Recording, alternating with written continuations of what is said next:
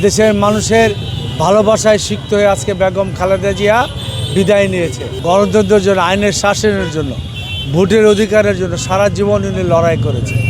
বাংলাদেশের মানুষ ওনার লড়াইয়ের কারণেই বারবার বিপদ থেকে মুক্ত হয়েছে। সুতরাং এদেশের মানুষের ভালোবাসায় সিক্ত হয়ে আজকে বেগম খালেদা জিয়া বিদায় নিয়েছে, এটা আমরা প্রত্যাশা করেছিলাম। এবং যারা এই জানাজায় এসেছে সকলকে আমাদের দলের পক্ষ থেকে, আমার ব্যক্তিগত পক্ষ থেকে ধন্যবাদ এবং কৃতজ্ঞতা জানাই।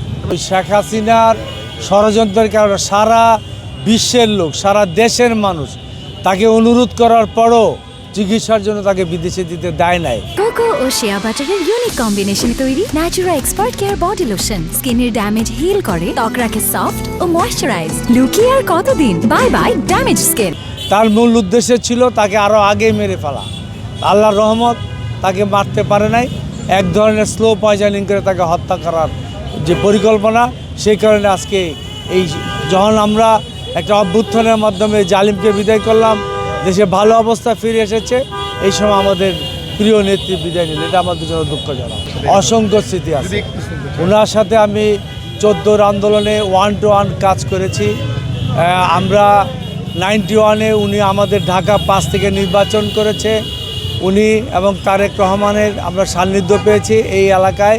আমাদের ঢাকা 5-এ আমরা ওনাকে নিয়ে বহু মিটিং করেছি এবং আমাদের এলাকায় অনেক সমস্যা ছিল।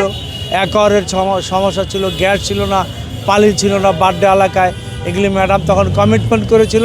প্রাইম মিনিস্টার হওয়ার পর বাড্ডা খিলক্ষেতের আমাদের 1385 একর জমি অবমুক্ত করেছে, গ্যাস দিয়েছে, পানি দিয়েছে, বিদ্যুৎ। উনি এক কথার মানুষ ছিল।